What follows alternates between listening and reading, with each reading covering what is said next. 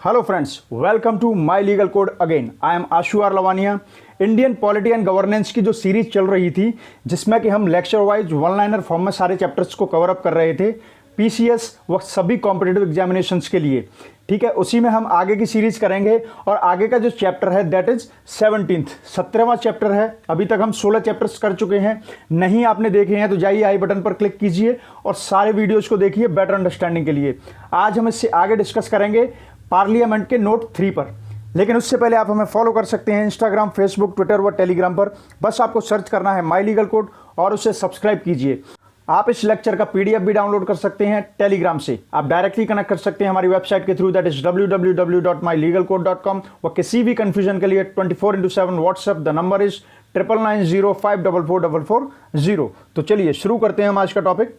तो जैसा कि मैंने बोला है, आज है पार्लियामेंट का तीसरा पार्ट। चलिए पॉइंट पर चलते हैं। देखिए, आप सबको पता है कि भारत के अनुच्छेद मतलब भारत के संविधान के अनुच्छेद 368 यह भारत की संसद को यह अधिकार देता है कि वह जरूरत पड़ने पर भारत के संविधान में फेरबदल या संशोधन कर सकता है।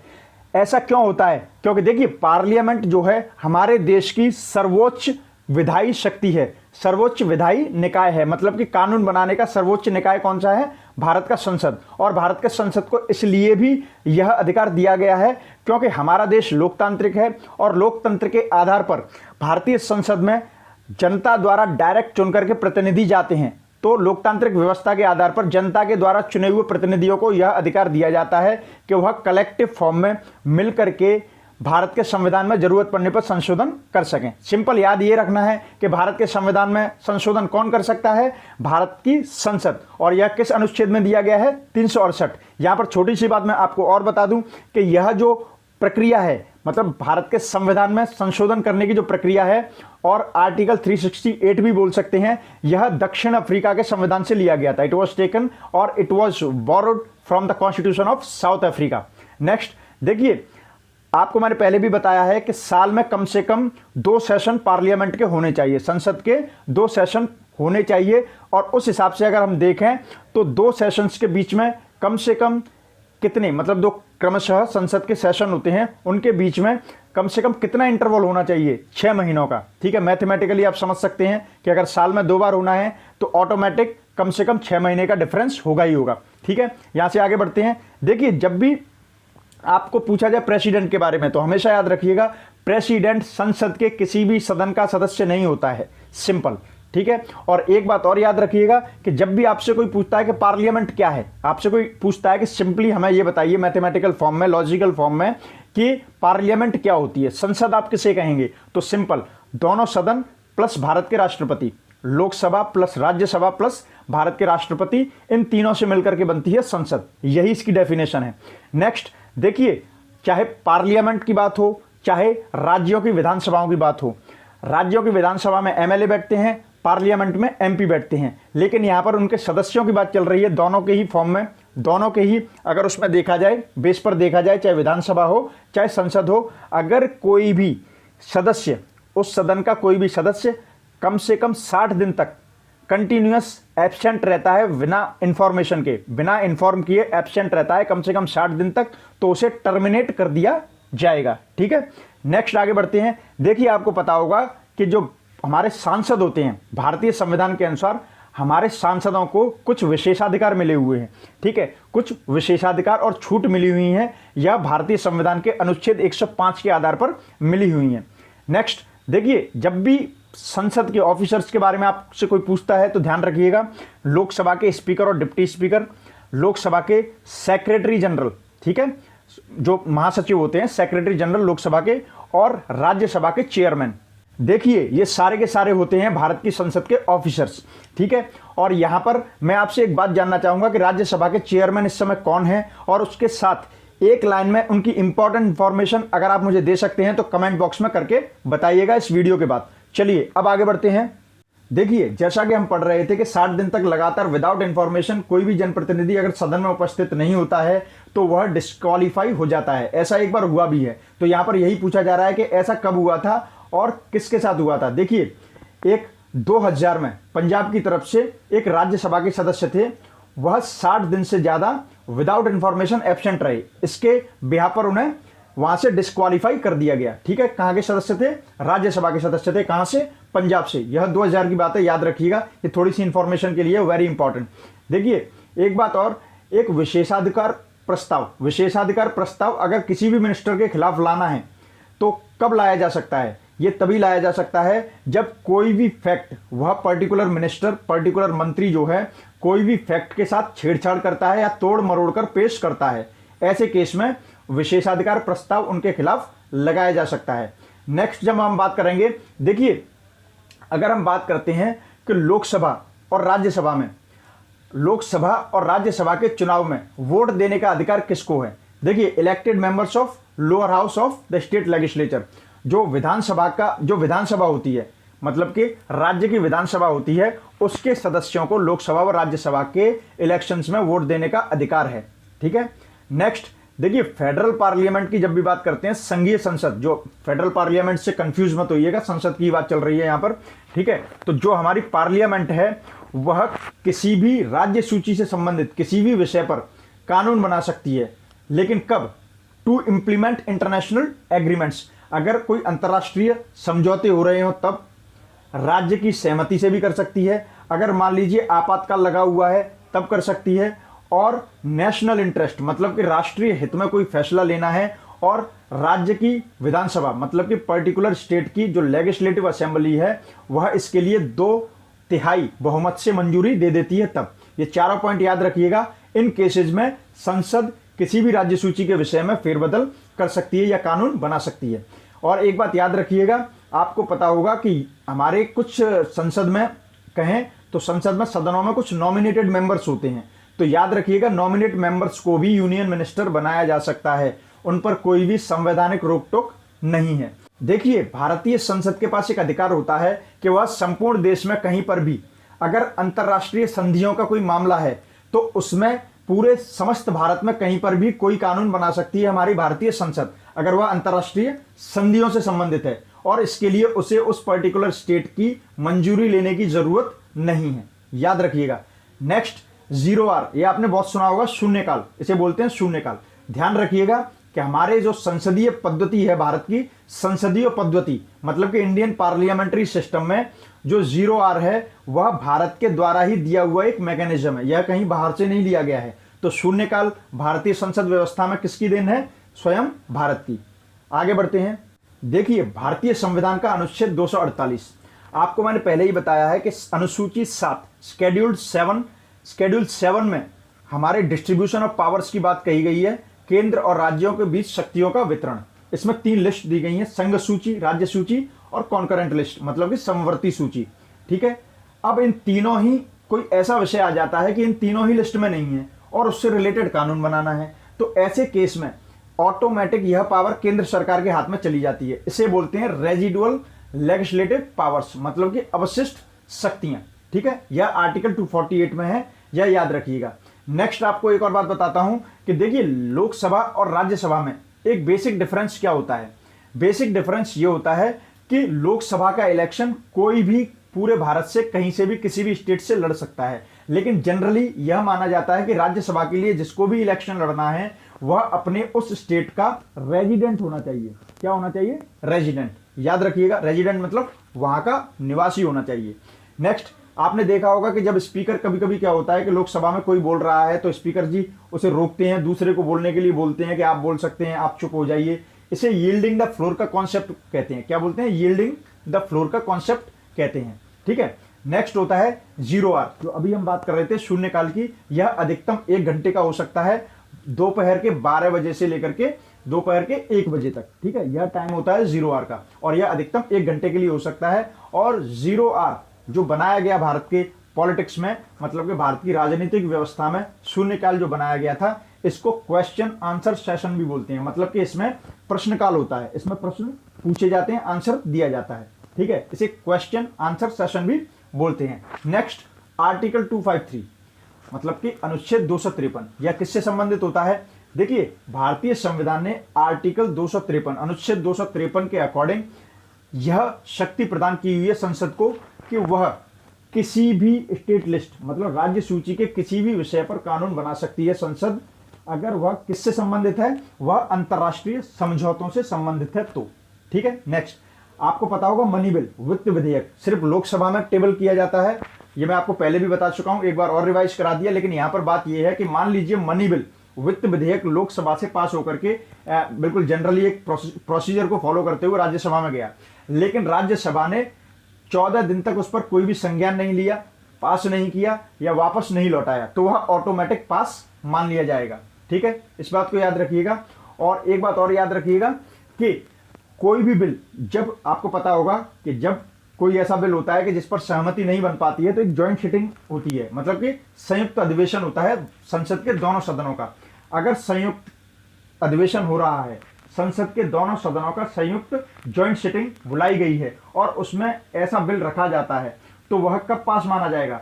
वह तब पास माना जाएगा जब ज्वाइंट सिटिंग मतलब कि संयुक्त अधिवेशन में उपस्थित सदस्य वोट कर रहे हैं, तो सिंपल मेजॉरिटी से वह बिल पास हो जाए। ठीक है, मतलब कि वहां पर जितने भी सदस्य मौजूद हैं और वोट कर रहे हैं, उनके द्वारा एक साधारण मेजॉरिटी, साधारण बहुमत से वह बिल पास कर दिया जाए, तो वह बिल पास माना जाएगा। आगे बढ़ते हैं। देखिए, जो ज्वाइंट सिटिंग होती है, जो अभी हमने बात की, उसकी अध्यक्षता कौन करता है? Speaker of Lok Sabha. One liner question है, वेरी इंपॉर्टेंट क्वेश्चन। ठीक है, तो संसद का संयुक्त अधिवेशन होता है, उसकी अध्यक्षता लोकसभा अध्यक्ष करता है। ठीक है, एक और बात यह है जो मैंने अभी आपको हल्के से डिस्कस किया था, पर फिर बता देता हूं कि संयुक्त अधिवेशन की जरूरत कब पड़ती है, मतलब भारत के संसद में दोनों सदनों के संयुक्त अधिवेशन की जरूरत कब पड़ती है? जब कोई ऐसा बिल है जिस पर के दोनों सदन के मत बिल्कुल विरोधी हैं, मतलब कि दोनों सदन के मत बिल्कुल अपोजिट हैं, तब ज्वाइंट सिटिंग बुलाई जाती है। और इसे कौन बुलाता है? भारत के प्रेसिडेंट। ये मैंने अलग से बता दिया है। नेक्स्ट, पहली ज्वाइंट सिटिंग कब बुलाई गई थी? लोकसभा और राज्यसभा की ज्वाइंट सिटिंग पहली कब बुलाई गई थी? 1961 में, रिगार्डिंग डाउरी एबॉलिशन बिल, मतलब कि दहेज निषेध विधेयक पर। दहेज को खत्म करने का एक बिल था 1961 में, इस पर ज्वाइंट सिटिंग बुलाई गई थी। सेकंड ज्वाइंट सिटिंग बुलाई गई थी, मतलब कि दूसरा संयुक्त अधिवेशन बुलाया गया था संसद का बैंकिंग सर्विस कमीशन बिल पर, मतलब कि बैंकिंग सेवा आयोग जो है उससे रिलेटेड एक विधेयक था, उसके लिए दूसरा संयुक्त अधिवेशन बुलाया गया। देखिए, डेडलॉक बोलते हैं गतिरोध को। लोकसभा और राज्यसभा के दोनों के बीच अगर एक बिल को लेकर के कोई गतिरोध हो जाता है, तो मैं पहले भी बता चुका हूं, तभी ज्वाइंट सिटिंग को बुलाया जाता है। मतलब कि संसद का संयुक्त अधिवेशन तभी बुलाया जाता है जब राज्यसभा व लोकसभा के बीच में गतिरोध पैदा हो जाए। लेकिन यह कैसे बिल होते हैं जो ज्वाइंट सिटिंग मतलब कि संयुक्त अधिवेशन में जिनकी चर्चा की जाती है? यह साधारण लेजिस्लेशन की बात होती है, मतलब कि साधारण जो कानून होते हैं उनके बारे में डिस्कशन के लिए ज्वाइंट सिटिंग होती है, संयुक्त अधिवेशन होता है। और एक बार फिर बोल देता हूं, ज्वाइंट सिटिंग तभी बुलाई जाती है जब किसी पर्टिकुलर लेजिस्लेशन या बिल को लेकर के लोकसभा व राज्यसभा में कोई गतिरोध पैदा हो गया हो। ठीक है, नेक्स्ट देखिए, कोई भी बिल अगर पेश करना है संसद में, तो वह संसद के किसी भी सदन में पहले पेश किया जा सकता है। रिसेंट एग्जाम्पल आपको बता दूं, जब it was about the abrogation of 370 of Jammu and Kashmir, जो स्पेशल स्टेटस था, 370 का जो बिल था हटाने का, सबसे पहले राज्यसभा में इंट्रोड्यूस किया गया था। तो ऐसा नहीं है कि हर बिल को लोकसभा में ही पहले पेश करना है, राज्यसभा में भी किया जा सकता है। कुछ बहुत ही एक्सेप्शनल सिचुएशंस को छोड़ करके बिल को किसी भी सदन में हम पहली बार पेश कर सकते हैं। आई होप यहाँ तक आपको समझ में आया होगा। देखिए, अगर राज्यसभा में कोई ऐसा बिल है जो राज्यसभा में कोई बिल पड़ा हुआ है लेकिन लोकसभा से अभी वह पास नहीं हुआ है, अगर कोई राज्यसभा में बिल बिल्कुल मौजूद है, बिल पड़ा हुआ है राज्यसभा में और लोकसभा से वह पास नहीं हुआ है, तो वह लैप्स नहीं करेगा, वह खत्म नहीं होगा। अगर लोकसभा भंग कर दी जाती है तो लोकसभा के भंग होने पर ऐसा बिल खत्म नहीं होगा, क्योंकि वह अभी भी राज्यसभा में पेंडिंग है और लोकसभा के भंग होने पर अभी वह खत्म नहीं होगा। इसे वन लाइनर में याद रखिएगा, very technical and most important question. Okay, next आते हैं। देखिए, अगर हम दोनों सदनों के पार्लियामेंट मतलब कि संसद के दोनों सदनों के नॉमिनेटेड मेंबर्स होते हैं, मतलब जिनका कि नामांकन किया जाता है, भारत के राष्ट्रपति द्वारा नामांकन किया जाता है। जैसे कि लोकसभा में 2 एंग्लो इंडियंस को डायरेक्टली नॉमिनेट करते हैं भारत के राष्ट्रपति, राज्यसभा में 12 मेंबर्स को नॉमिनेट करते हैं भारत के राष्ट्रपति। तो ऐसे जो नॉमिनेटेड मेंबर्स होते हैं, ठीक है, यह भारत के संसद के में एक ऐसा इलेक्शन होता है जिसको कहते हैं प्रेसिडेंशियल इलेक्शन, मतलब कि भारत के राष्ट्रपति के चुनाव में नॉमिनेटेड मेंबर्स भाग नहीं ले सकते हैं, लेकिन वह भाग किस में ले सकते हैं? भारत के उपराष्ट्रपति के चुनाव में। भारत के उपराष्ट्रपति के चुनाव में भाग ले सकते हैं। देखिए यहाँ पर एक टेक्निकल बात है, मैं आपको यहाँ पर बता देता हूँ। इलेबोरेट तो मैं इसके इंडिविजुअल लेक्चर में ही करूँगा जब प्रेसिडेंट के बारे में पढ़ाऊँगा। ऐसा क्यों किया गया है, नॉमिनेटेड मेंबर्स को प्रेसिडेंट के इलेक्शन में वोट डालने का अधिकार क्यों नहीं है। इसको देखिए, एक बात समझिए, हमारा देश रिपब्लिक है। रिपब्लिक का मतलब क्या होता है कि head of the people is elected by common people. Head of the nation मतलब कि राष्ट्र का जो प्रधान है वह साधारण लोगों के द्वारा चुना जाएगा। तो हमारे देश का प्रधान कौन है, भारत के राष्ट्रपति, ठीक है। अब उनको लोगों द्वारा ही चुना जाना जरूरी है, अदरवाइज हमारी जो रिपब्लिकनिज्म है, हमारे देश का जो गणतंत्र सिस्टम है, गणराज्य वाला, वह खत्म हो जाएगा। तो यहाँ पर क्या होता है कि जो संसद में चुने हुए सदस्य गए हैं लोगों के द्वारा, ठीक है, तो लोगों के द्वारा चुने हुए सदस्य राष्ट्रपति को चुनते हैं, नॉमिनेटेड नहीं, चुने हुए, ठीक है। तो जब लोगों के द्वारा चुने हुए सदस्य राष्ट्रपति को चुनेंगे तो इनडायरेक्ट फॉर्म में जनता ही तो राष्ट्रपति को चुन रही है, ठीक है। नॉमिनेटेड मेंबर्स को अलग इसलिए रखा जाता है कि अगर नॉमिनेटेड मेंबर्स भी इस इलेक्शन में भाग लेंगे तो प्रेसिडेंट के इलेक्शन में कुछ ऐसे भी लोग शामिल हो जाएंगे जिनको जनता ने चुन करके नहीं भेजा है, तो कहीं ना कहीं ये गणराज्य के कॉन्सेप्ट को गलत कर देंगे, ठीक है। आई होप यहाँ तक आपको समझ में आया होगा, ठीक है। अगर कोई प्रॉब्लम है तो आप बेझिझक व्हाट्सएप कर सकते हैं। बहुत ही टेक्निकल पॉइंट बताने की कोशिश की है। ज़्यादा जानकारी के लिए आगे के इंडिविजुअल लेक्चर में मैं बिल्कुल कवर अप करूंगा, अभी वन लाइनर में आप याद रखिएगा। नेक्स्ट देखिए, आपने सुना होगा 2 फंड होते हैं हमारे देश में, एक तो कंसोलिडेटेड फंड, भारतीय संविधान का आर्टिकल 266, और एक होता है कंटिजेंसी फंड, आकस्मिक निधि। वह तो संचित निधि होती है, और कॉन्टिजेंसी फंड क्या होता है, आकस्मिक निधि। यह आर्टिकल 267 में लिखा गया है। तो याद रखिएगा कि भारत की संचित निधि से पैसे जारी करने का अधिकार सिर्फ और सिर्फ किसको है, संसद को। किसको है, संसद को। It's very very very important question. Next आगे बढ़ते हैं। देखिए, जब हम बात करते हैं भारत के प्रधानमंत्री के वेतन तथा भत्तों की, सैलरी एंड अलाउंसेज की of the prime minister of India, तो उनके जो खर्चे होते हैं भारत की संचित निधि पर आरोपित नहीं होते हैं। और एक और बात याद रखिएगा कि चुनाव आयोग के जो सदस्य होते हैं उनके भी जो सैलरी एंड पेंशन होती है, मतलब वेतन तथा भत्ते और पेंशन जो होती है, वह भी कोई जरूरी नहीं है कि संसद की संचित निधि पर ही आरोपित किए जाएं। उनको भी संसद की संचित निधि पर आरोपित नहीं किया जा सकता है। किनको, चुनाव आयोग के सदस्यों की, चुनाव आयोग के सदस्यों के सैलरी व पेंशन को भारत की संचित निधि पर आरोपित नहीं किया जा सकता। और इसी कड़ी में एक और है, salary and allowances of the vice president of India. Bharat के उपराष्ट्रपति के भी सैलरी अलाउंसेज को हम कंसोलिडेटेड फंड ऑफ इंडिया, मतलब कि भारत की संचित निधि पर आरोपित नहीं करते हैं, ठीक है। यहां पर एक मेजर इंपॉर्टेंट क्वेश्चन कि देखिए, आपको पता होगा कि संसद के ऑथराइजेशन, मतलब कि संसद की स्वीकृति के बिना ही भारत के राष्ट्रपति को कॉन्टिजेंसी फंड, आकस्मिक निधि से पैसे खर्च करने का अधिकार प्राप्त है। यह अधिकार उन्हें भारत का संविधान का अनुच्छेद 267 देता है, जिसमें कि आकस्मिक निधि के बारे में कहा गया है। यहां तक बिल्कुल क्लियर। देखिए, आपको पता होगा कि जो हमारी संघ सरकार है, केंद्रीय सरकार है, वह टैक्सेस के थ्रू या अलग जो मतलब प्राप्तियां होती हैं, रिसीप्ट्स होती हैं, और अपने गवर्नमेंट को रन करते हुए जो गवर्नमेंट का बिजनेस होता है उससे जितनी भी अर्निंग करते हैं, तो वह पैसा कहाँ रखा जाता है, वह भारत की संचित निधि में जमा होता है। वह भारत की संचित निधि में जमा होता है, article 266 of the constitution of India. देखिए, भारतीय संविधान के अनुच्छेद 110 किससे संबंधित है, वित्त विधेयक से संबंधित है, आर्टिकल 110, मतलब कि अनुच्छेद 110, मनी बिल, ठीक है। नेक्स्ट देखिए, कोई भी बिल मनी बिल मतलब कि वित्त विधेयक है या नहीं, यह कौन डिसाइड करता है, लोकसभा अध्यक्ष। कौन डिसाइड करता है, लोकसभा अध्यक्ष। नेक्स्ट देखिए, याद रखिएगा कि मनी बिल की जब भी बात आती है, तो मैं पहले भी आपको बता चुका हूं कि मनी बिल को लेकर के लोकसभा की एक्सक्लूसिव पावर्स हैं, ठीक है। तो इसी संदर्भ में आप समझ जाएंगे कि लोकसभा को के लिए अगर लोकसभा ने कोई भी मनी बिल प्रेसिडेंट के पास भेज दिया है, तो भारत के राष्ट्रपति उस मनी बिल को लोकसभा को द्वारा विचार के लिए या पुनर्विचार के लिए वापस नहीं भेज सकते, ठीक है। और एक बात और याद रखिएगा कि वित्त विधेयक जो होता है, मतलब कि मनी बिल को धन विधेयक भी बोलते हैं, वित्त विधेयक भी बोलते हैं। सॉरी, थोड़ा सा डिफरेंस बस इतना है, फाइनेंशियल बिल को हम वित्त विधेयक बोल सकते हैं और मनी बिल को धन विधेयक बोलते हैं, ठीक है। तो धन विधेयक की बात चल रही है, इसको लोकसभा में ही टेबल किया जा सकता है। इस बिल को कहां पर पेश किया जा सकता है? लोकसभा में। It's very important. और मनी बिल को आप एक मतलब हिंदी वाले धन विधेयक भी बोल सकते हैं, याद रखिएगा। ठीक है, आगे बढ़ते हैं।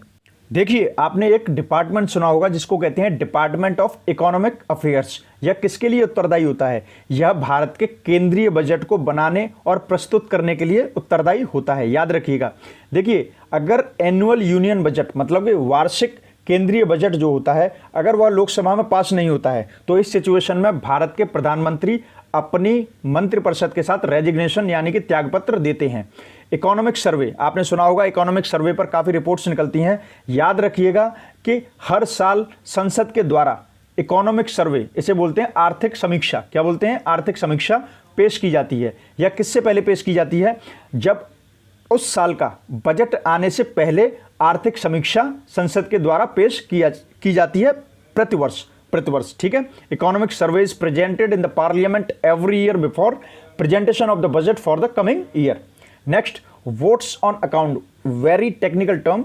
Votes on account permits union government. देखिए, वोट्स ऑन अकाउंट एक टर्म है, यह केंद्रीय सरकार को किस बात के लिए परमिट करता है? यह परमिट करता है केंद्रीय सरकार को भारत की संचित निधि से पैसा निकालने के लिए एक विशेष समयावधि के लिए भारत की संचित निधि से पैसा निकालने के लिए केंद्र सरकार को एक मंजूरी देता है या पावर देता है या राइट देता है। ठीक है, और ये कब होता है? जब रेगुलर बजट जो होता है, जो मतलब नियमित जो बजट होता है, अगर वह समय के अंदर पास होता हुआ नहीं दिख रहा है तो। अगर नियमित बजट समय के अंदर पास होता हुआ नहीं दिख रहा है तो उस दौरान एक विशेष समयावधि के लिए भारत की सरकार, केंद्र सरकार भारत की संचित निधि से पैसा निकाल सकती है। इसी को बोलते हैं वोट्स ऑन अकाउंट। ठीक है, वोट्स ऑन अकाउंट और अंतरिम बजट, इंटरिम बजट मतलब अंतरिम बजट और वोट्स ऑन अकाउंट में क्या डिफरेंस होता है? डिफरेंस ये होता है कि वोट्स ऑन अकाउंट की जब भी बात आती है तो वह केंद्र सरकार जब भी वोट्स ऑन अकाउंट की बात करती है तो वह गवर्नमेंट के एक्सपेंडिचर मतलब कि व्यय के बारे में ही बात करता है। लेकिन इंटरिम बजट मतलब कि अंतरिम बजट जो होता है उसमें केंद्र सरकार के व्यय तथा प्राप्तियां दोनों के बारे में बात की जाती है। आई होप देखने में बड़ा लग रहा है लेकिन समझ में बिल्कुल क्लियर आया होगा जैसा मैंने बताया है। नेक्स्ट देखिए, estimates of expenditure are submitted to the parliament of India in the form of demands for grant. ठीक है, जो व्यय का एस्टीमेट होता है, एस्टीमेट आप जानते हैं, सब बोलते हैं एस्टीमेट मतलब अनुमान। व्यय का जो अनुमान होता है वह पार्लियामेंट मतलब कि संसद को पेश किया जाता है। किस फॉर्म में? डिमांड्स फॉर ग्रांट्स, इसे बोलते हैं अनुदान मांग। मतलब कि पार्लियामेंट में जब अनुदान मांग की जरूरत होती है, डिमांड्स फॉर ग्रांट्स की जरूरत होती है, तो एक अनुमानित व्यय जो होता है वह पेश किया जाता है, वह बताया जाता है संसद को। ठीक है, डिमांड्स फॉर ग्रांट के लिए। नेक्स्ट, आपने देखिए एक केंद्रीय बजट में एक बहुत ही मेजर प्रस्ताव होता है, प्रपोजल होता है, उसके लिए एक टर्मिनोलॉजी यूज होती है, उसे कहते हैं कट मोशन। इसे याद रखिएगा। यह किससे संबंधित है? केंद्रीय बजट से संबंधित है। ठीक है, राज्यसभा मनी बिल को या तो पास कर सकती है, यानी कि धन विधेयक को राज्यसभा या तो पास करती है या उसे वापस कर सकती है कुछ सिफारिशों के साथ। किसको? लोकसभा को। बात वही आ गई, धन विधेयक की एक्सक्लूसिव पावर्स किसके हाथ में होती है? लोकसभा के हाथ में। तो इस केस में राज्यसभा क्या कर सकती है कि या तो उसे पास करेगी या कुछ रिकमेंडेशंस के साथ लोकसभा को वापस कर देगी। अब इन सिफारिशों को लोकसभा माने या ना माने, यह लोकसभा की एक्सक्लूसिव पावर्स पर डिपेंड करता है। ठीक है, आई होप यहां तक बिल्कुल क्लियर। आगे बढ़ते हुए नेक्स्ट पॉइंट देखते हैं। देखिए, धन विधेयक से संबंधित कुछ प्रावधान होते हैं। वह प्रावधान कौन कौन से होते हैं? या तो करों को लेकर के हो सकते हैं या उधारियों से लेकर के हो सकते हैं, जो सरकार उधार लेती है, और यह हो सकते हैं संचित निधि व आकस्मिक निधि, इन दोनों से संबंधित। मतलब कि संचित निधि व आकस्मिक निधि की जो निगरानी होती है उससे रिलेटेड भी मनी बिल के प्रावधान होते हैं। तो यहाँ पर बस याद रखिएगा कि धन विधेयक के जो सब्जेक्ट प्रोविजंस मतलब धन विधेयक के जो प्रावधान होते हैं वो किस किस से रिलेटेड होते हैं? करों से रिलेटेड, उधारियों से रिलेटेड व भारत की संचित निधि व आकस्मिक निधि के हिरासत मतलब कि निगरानी से रिलेटेड होता है। यहाँ तक याद रखिएगा। देखिए, अगर कोई बिल ऐसा है जिसके अंदर व्यय तो शामिल है लेकिन उसके अंदर अनुच्छेद 110 से रिलेटेड कोई भी प्रोविजन शामिल नहीं है, तो ऐसे बिल को कहां पर पेश किया जा सकता है? भारतीय संसद के किसी भी सदन में। अब यहाँ पर टेक्निकली आप समझिए, आर्टिकल 110 मैंने आपको पहले ही बताया था, यह मनी बिल के बारे में है। किसके बारे में है? धन विधेयक के बारे में। और धन विधेयक की एक्सक्लूसिव पावर्स किसके हाथ में होती हैं? लोकसभा के में। तो अगर ये आर्टिकल 110 यानी कि मनी बिल से रिलेटेड होता तो इसको सिर्फ लोकसभा में ही पेश करते, लेकिन इस वाले बिल में इससे रिलेटेड कोई भी प्रोविजन नहीं है, अनुच्छेद 110 से रिलेटेड कोई प्रोविजन नहीं है, इसीलिए इसे भारतीय संसद के किसी भी सदन में पेश कर सकते हैं। आई होप यहां तक आपको समझ में आया होगा। ठीक है, देखिए बजट के ऊपर संसदीय नियंत्रण को कैसे स्थापित किया जाता है। बजट के ऊपर, जो बजट होता है उसके ऊपर संसदीय नियंत्रण कैसे स्थापित किया जाता है? Parliament does not have any role in the creation of the budget.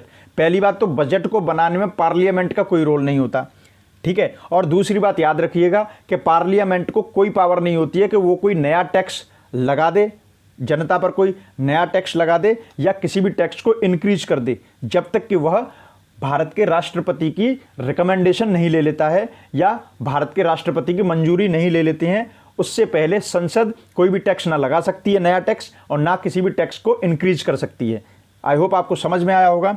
Next, parliamentary control मतलब कि संसद का नियंत्रण। लोक वित्त मतलब कि जनता के पैसे पर, जनता के फाइनेंस पर संसदीय नियंत्रण को स्थापित करने की क्या क्या विधियां हैं? देखिए, सबसे पहली विधि एनुअल फाइनेंशियल स्टेटमेंट, जो वार्षिक वित्तीय विवरण, जिसको हम जनरली बजट कहते हैं। हाँ सॉरी, मैं यहाँ पर एक बात और बताना चाहता हूँ कि बजट शब्द का उल्लेख हमारे पूरे संविधान में कहीं नहीं कहा गया है। सिर्फ उसके लिए हम जो वर्ड्स यूज करते हैं वो है एनुअल फाइनेंशियल स्टेटमेंट, मतलब कि वार्षिक वित्तीय विवरण।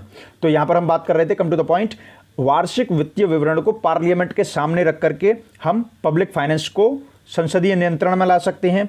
एक होता है कि कंसोलिडेटेड फंड ऑफ इंडिया, मतलब कि भारत की संचित निधि से जब भी मनी निकलेगी उससे पहले एक विनियोग विधेयक मतलब कि अप्रोप्रिएशन बिल को पास होना बहुत जरूरी है। इस तरीके से भी जनता के पैसे पर संसदीय नियंत्रण रखा जाता है। इसमें ही supplementary grants and votes on account, जिसकी हम बात कर रहे थे, पूरक अनुदान व वोट्स ऑन अकाउंट का प्रावधान किया गया है। यह भी बताता है method, it is a method of parliamentary control over the public finance. ठीक है। And final one is introducing financial bill in the parliament, वित्त विधेयक को पार्लियामेंट मतलब कि संसद में पेश करना। ये सारे मैकेनिज्म जो हैं यह संसद को नियंत्रण करने की पावर देते हैं। किस पर? लोगों के पैसे पर, लोक वित्त पर, पब्लिक फाइनेंस पर। आई होप यहां तक क्लियर। फिर आगे बढ़ते हैं नेक्स्ट पॉइंट की तरफ।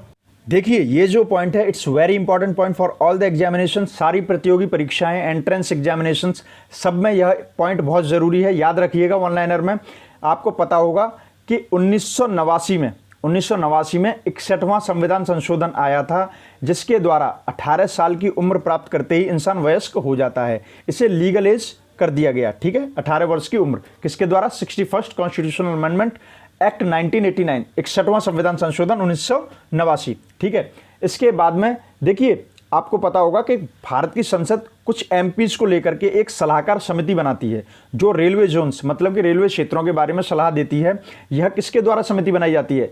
यह संसदीय मामलों के मंत्रालय के द्वारा बनाई जाती है। किसके द्वारा? संसदीय मामलों के मंत्रालय के द्वारा। नेक्स्ट देखिए, अगर कोई भी वित्त विधेयक, अगर धन विधेयक नहीं है, तो इस केस में राज्यसभा उसको एक साधारण विधेयक की तरीके से होल्ड कर सकती है, रोक सकती है। अगर कोई वित्त विधेयक, धन विधेयक नहीं है, तो राज्यसभा उसे साधारण विधेयक की तरह रोक सकती है। और इसका फैसला कौन करेगा कि फाइनेंशियल बिल, मनी बिल है या नहीं, मतलब कि वित्त विधेयक, धन विधेयक है या नहीं, इसका फैसला लोकसभा अध्यक्ष करते हैं। नेक्स्ट देखिए, एक बात मैं बताना चाहूँगा कि कुछ बिल ऐसे होते हैं जिनको कि संसद में रखने से पहले भारत के राष्ट्रपति की मंजूरी ज़रूरी है। वह कौन कौन से बिल हो सकते हैं? अगर मान लीजिए किसी भी नए राज्य का निर्माण करना है, किसी भी राज्य के कर व्यवस्था में छेड़छाड़ करनी है या उसको कर व्यवस्था को प्रभावित करना है, या किसी भी राज्य की जो सीमा हैं, बाउंड्रीज हैं, उनको चेंज करना है, या धन विधेयक से संबंधित, ये कैसे भी बिल अगर पार्लियामेंट में लाने हैं तो सबसे पहले भारत के राष्ट्रपति की मंजूरी चाहिए। ठीक है। देखिए, the stages in the normal financial legislation includes, साधारण तौर पर फाइनेंस से रिलेटेड अगर कोई कानून बनाना है तो उसके कुछ स्टेप्स होते हैं, कुछ स्टेजेस होती हैं, उसकी कुछ स्टेजेस होती हैं। वह कौन कौन सी स्टेजेस होती हैं, स्टेप्स होते हैं, उसके बारे में डिस्कशन करते हैं। Number 1, presentation of the budget. Budget को पहले प्रस्तुत करना पड़ेगा, उसके बाद में बजट पर चर्चा होगी, उसके बाद में विनियोग विधेयक पास होगा और फाइनली फाइनेंस बिल, मतलब कि वह वित्त से संबंधित जो कानून का बिल बनाया जा रहा है उस बिल को पास किया जाएगा फाइनली, जिसको कहते हैं फाइनेंशियल बिल या फाइनेंस बिल। वित्त विधेयक फाइनली इसी तरीके से पास होता है। यह स्टेप्स आपको याद रखने होंगे। नेक्स्ट देखिए, संसद की सबसे बड़ी कमेटी कौन सी होती है, सबसे बड़ी समिति कौन सी होती है? प्राक्कलन समिति, द कमिटी ऑफ एस्टिमेट्स, याद रखिएगा।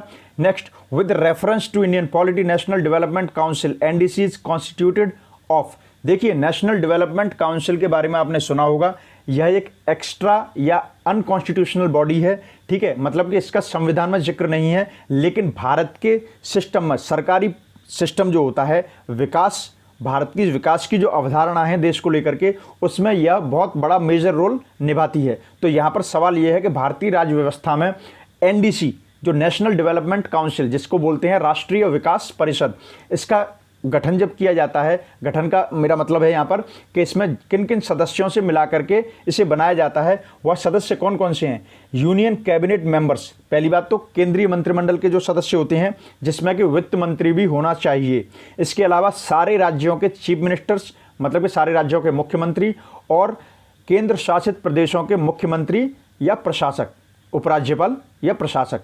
कहने का मतलब यह, यूटीज में जो भी वहाँ पर रूल कर रहा होता है, प्रशासन को चला रहा होता है वह, ठीक है, ये सारे के सारे किसके मेंबर्स होते हैं? नेशनल डेवलपमेंट काउंसिल, राष्ट्रीय विकास परिषद के, ठीक है। एस्टिमेट्स कमेटी, मतलब कि प्राक्कलन समिति का जो कार्यकाल होता है, टेन्योर, वो कितना होता है? जो प्राक्कलन समिति के सदस्य होते हैं उनका कार्यकाल 1 साल का होता है। वेरी इंपॉर्टेंट, याद रखिएगा वन लाइनर में।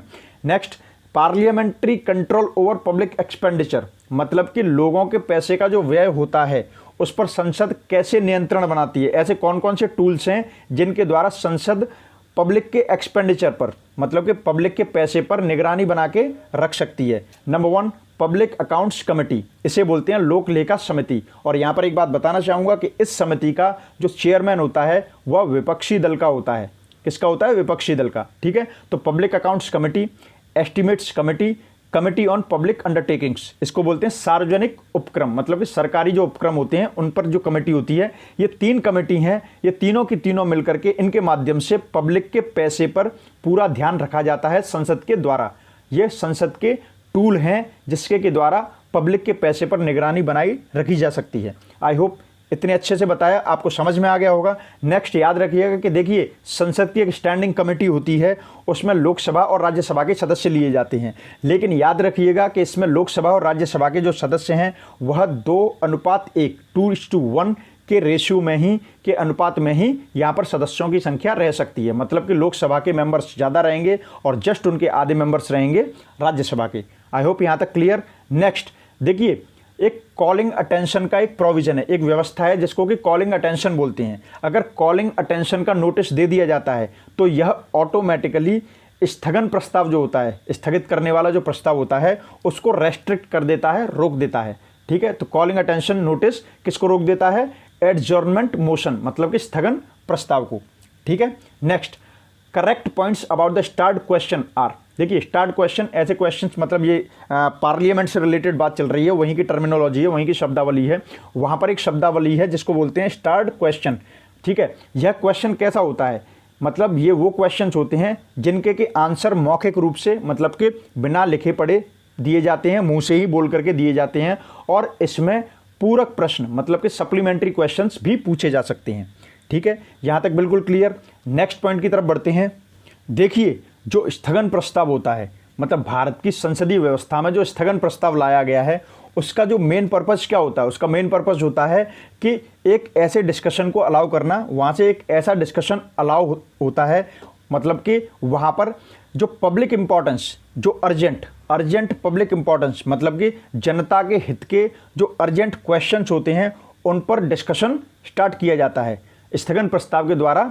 यहाँ पर पब्लिक इंपॉर्टेंस के जो भी क्वेश्चंस होते हैं, मामले होते हैं, उन पर डिस्कशन स्टार्ट हो जाता है, विचार करना स्टार्ट हो जाता है, ठीक है। नेक्स्ट, भारतीय संसद की जो सेक्रेटेरिएट है, मतलब भारतीय संसद का जो सचिवालय है, वह भारत सरकार से बिल्कुल स्वतंत्र है, वह भारत सरकार से बिल्कुल स्वतंत्र है। और याद रखिएगा कि भारतीय संसद की जो संप्रभुता है, जो आप कह सकते हैं होल सोल पावर है भारतीय संसद की, जो सोवरेनिटी है, संप्रभुत्ता है, वह किसके द्वारा रेस्ट्रिक्ट कर दी जाती है? Judicial review. जुडिशियल रिव्यू मैं आपको शायद पहले भी बता चुका हूं, आगे भी ऐसे चैप्टर्स आएंगे जहां पर डिस्कस करेंगे, लेकिन इन जनरल ये समझ लीजिए कि जुडिशियल रिव्यू पहली बात तो भारत और संयुक्त राज्य अमेरिका में है।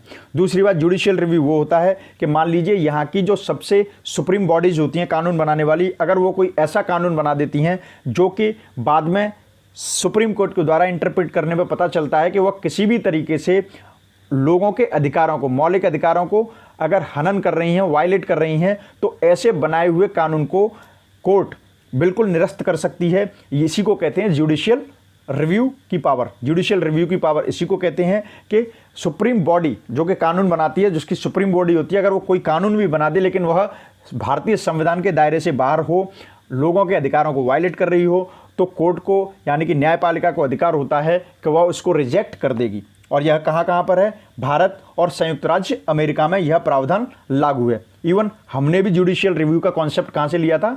By the constitution of USA.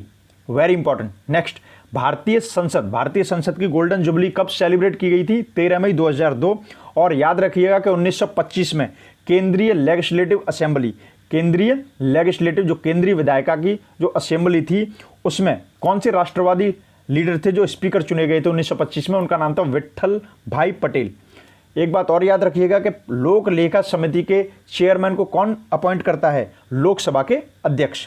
Next यहां पर बात करेंगे, देखिए, while members of the Rajya Sabha are associated with committees on public accounts and public undertakings, members of committee on estimates are.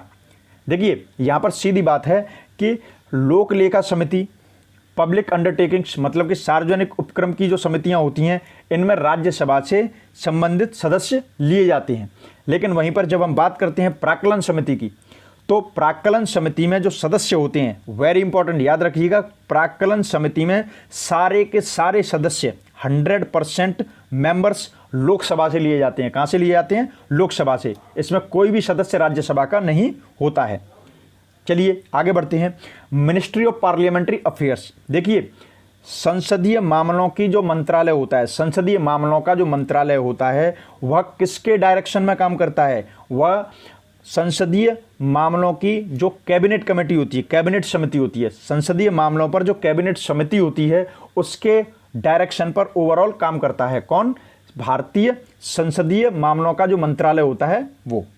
Next देखिए, पार्लियामेंट्री अफेयर्स मतलब कि संसदीय मामलों का जो मंत्रालय होता है, उसमें जो मंत्री होते हैं, मतलब कि इसको डायरेक्टली ऐसे भी बोल सकते हैं कि संसदीय मामलों के जो मंत्री हैं वह नॉमिनेट करते हैं कुछ एमपीज को, जो कि किसके लिए नॉमिनेट किए जाते हैं? कमेटीज मतलब कि समितियां, काउंसिल्स मतलब कि परिषद, बोर्ड्स और कमीशंस मतलब कि आयोगों के लिए। ठीक है, और ये सारे कमेटीज, काउंसिल्स, बोर्ड्स, कमीशंस ये किसके द्वारा फॉर्म किए जाते हैं और ये कहाँ पर होते हैं?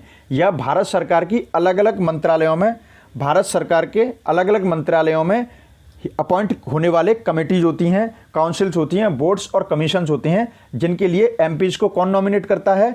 संसदीय मामलों के मंत्री। आई होप यहाँ तक बिल्कुल आपको समझ में आया होगा। देखिए, हम एस्टिमेट्स कमेटी की बात कर रहे हैं, एक दो जगह हम कर भी चुके हैं इसके बारे में बात। इसमें याद बस इतना रखना है कि इसमें कोई भी सदस्य राज्यसभा से नहीं लिया जाता है। ठीक है, इसमें सारे के सारे सदस्य कहाँ से ड्रॉन किए जाते हैं? लोकसभा से, याद रखिएगा। नेक्स्ट देखिए, जो पब्लिक अकाउंट्स कमेटी, लोक लेखा समिति, जिसका कि चेयरमैन मैंने आपको पहले भी बताया था कि विपक्षी दल का होता है।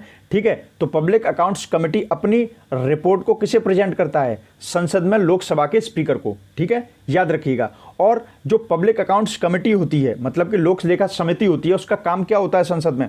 उसका काम होता है कि जो भी वित्तीय लेखा हैं गवर्नमेंट के, और जो CAG, controller and auditor general मतलब कि नियंत्रक एवं महालेखा परीक्षक की रिपोर्ट, आर्टिकल 148 याद आ गया होगा भारत के संविधान का, जो कि कैग के बारे में कहा गया है, इनकी रिपोर्ट को, इनकी बनाई हुई रिपोर्ट को और सरकार के वित्तीय लेखाओं को जांचता है। कौन जांचता है? Public accounts committee. ठीक है, इसका यही काम होता है।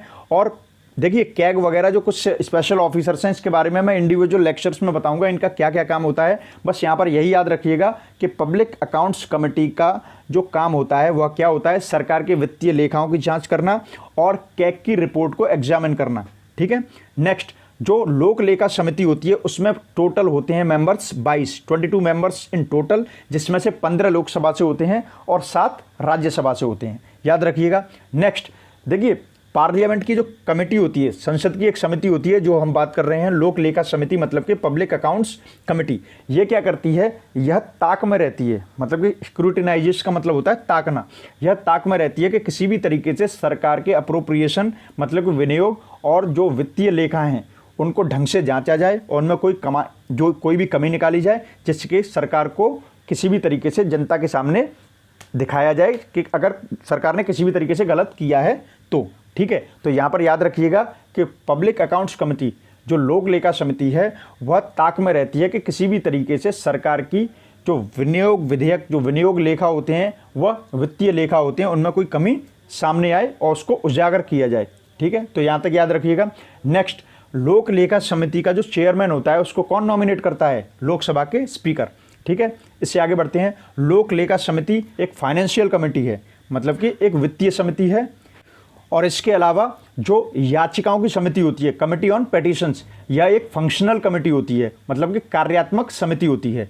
Joint committee on stock market scams, ad hoc committee, एक जॉइंट कमेटी बनाई गई थी, संयुक्त समिति बनाई गई थी जिसने कि स्टॉक मार्केट के घोटाले को जांचा था। ये एक एड हॉक कमेटी थी। देखिए, ad hoc is a legal term, मैं आपको इसके बारे में बता देता हूँ। Ad hoc committee, ad hoc जजेस, एड हॉक मेंबर्स, मतलब जहां पर एड हॉक लग गया वह इमीडिएट किसी स्पेशल पर्पस के लिए मतलब वो फॉर्म की जाती है। तो यहाँ पर एडहॉक कमेटी की बात चल रही है, तो यह कमेटी एक स्पेशल पर्पस था, स्टॉक मार्केट स्कैम को उजागर करना था, उसके लिए बनाई गई थी। और एडहॉक का मतलब ये होता है कि अगर वो विशेष काम है जो स्पेशल पर्पस से वह फॉर्म हुई है, जैसे ही वह काम हो जाता है तो वह अपने आप टर्मिनेट हो जाती है, ठीक है। तो एडहॉक मतलब कि किसी विशेष मामलों को देखने के लिए या विशेष रूप से या विशेष काम के लिए, विशेष कार्य के लिए फॉर्म की गई चीज को कहते हैं एडहॉक। नेक्स्ट, डिपार्टमेंट कमेटी, मतलब कि विभागीय समिति जो होती है वह एक स्टैंडिंग कमेटी होती है। क्या होती है? Standing committee. चलिए इससे आगे बढ़ते हैं। देखिए, भारतीय संसद की जब भी वित्तीय समितियों के बारे में बात आएगी तो कौन कौन सी होती हैं? पब्लिक अकाउंट्स कमेटी, मतलब कि लोक लेखा समिति, एस्टिमेट्स कमेटी, मतलब कि प्राक्कलन समिति, and committee on public undertakings, मतलब कि सार्वजनिक उपक्रमों पर जो समिति होती हैं, यह सारी की सारी फाइनेंशियल कमिटीज, मतलब कि वित्तीय समितियां हैं भारत की संसद की। Next, joint parliamentary committee. आपको पता होगा कि एक संयुक्त संसदीय समिति बनाई गई थी 2G स्पेक्ट्रम घोटाले की जांच के लिए। इसमें 20 मेंबर्स लोकसभा के थे, 10 मेंबर्स राज्यसभा के थे, टोटल 30 मेंबर्स थे इसमें। And the final one is the Indian parliament exercise control over the administration through parliamentary committees. देखिए, जो भारतीय संसद है वह प्रशासन पर अपना कंट्रोल कैसे रखती है? भारतीय संसद प्रशासन पर अपना कंट्रोल कैसे रखती है? पार्लियामेंट्री कमिटीज के थ्रू, मतलब कि संसदीय समितियों के द्वारा। Very simple. तो देखिए, ये था आज का लेक्चर।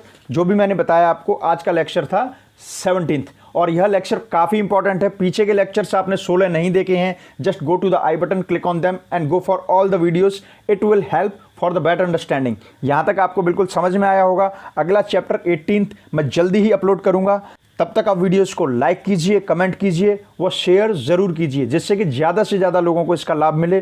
चैनल को सब्सक्राइब कीजिए। आप डायरेक्टली कनेक्ट कीजिए हमारी वेबसाइट के थ्रू, दैट इज www.mylegalcode.com। वो किसी भी कंफ्यूजन के लिए 24/7 WhatsApp us. The number is 9990544440। For more videos stay tuned. My Legal Code. Thanks to subscribe. Good luck and bye bye.